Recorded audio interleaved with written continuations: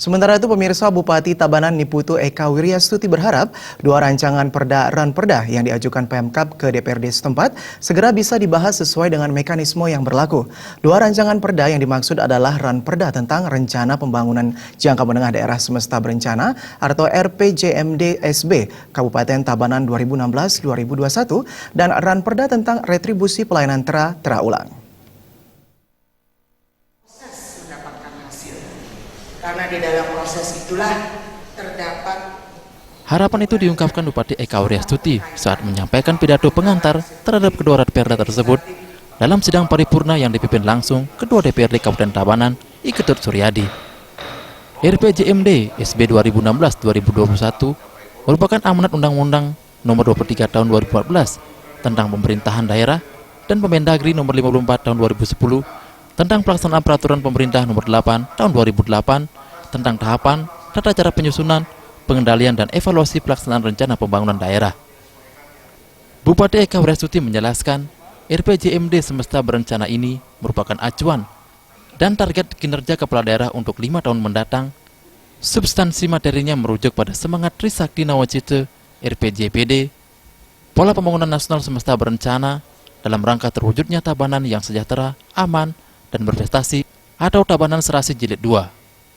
Sementara itu untuk ranperda tentang retribusi pelayanan tera ulang juga merupakan amanat Undang-Undang Nomor 23 Tahun 2014 tentang pemerintah daerah yang terakhir diubah dengan Undang-Undang Nomor 9 Tahun 2015 dan Undang-Undang Nomor 28 Tahun 2009 tentang pajak daerah dan retribusi daerah. Sesuai dengan undang-undang itu, pemerintah Kabupaten Tabanan mempunyai kewenangan di bidang meteorologian berupa pelayanan tera ulang. Selama ini pelayanan tera dilaksanakan berdasarkan Perda Provinsi Bali Nomor 2 Tahun 2011 tentang retribusi jasa umum karena Kabupaten Tabanan belum memiliki tenaga penera dan alat yang digunakan untuk menera. Bupati Eka berharap kedua ranperda yang diajukan tersebut dapat dibahas sesuai prosedur dan mekanisme di DPRD. Harapannya adalah ranperda tersebut dapat disahkan dan ditetapkan serta dapat dipergunakan sebagai payung hukum dalam penyelenggaraan pemerintahan dan pembangunan di Kabupaten Tabanan. Bupati Eka juga kembali menyampaikan rasa syukurnya karena untuk kedua kalinya Pemkab Kabupaten Tabanan berhasil meraih opini wajar tanpa pengecualian WTP dari Badan Pemeriksa Keuangan BPK.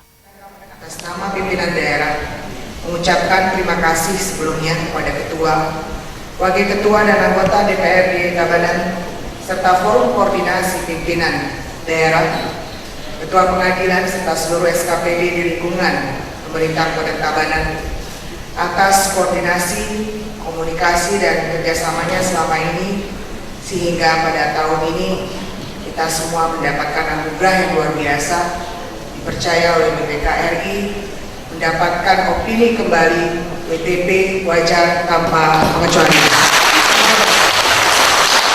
Humas Tabanan melapor.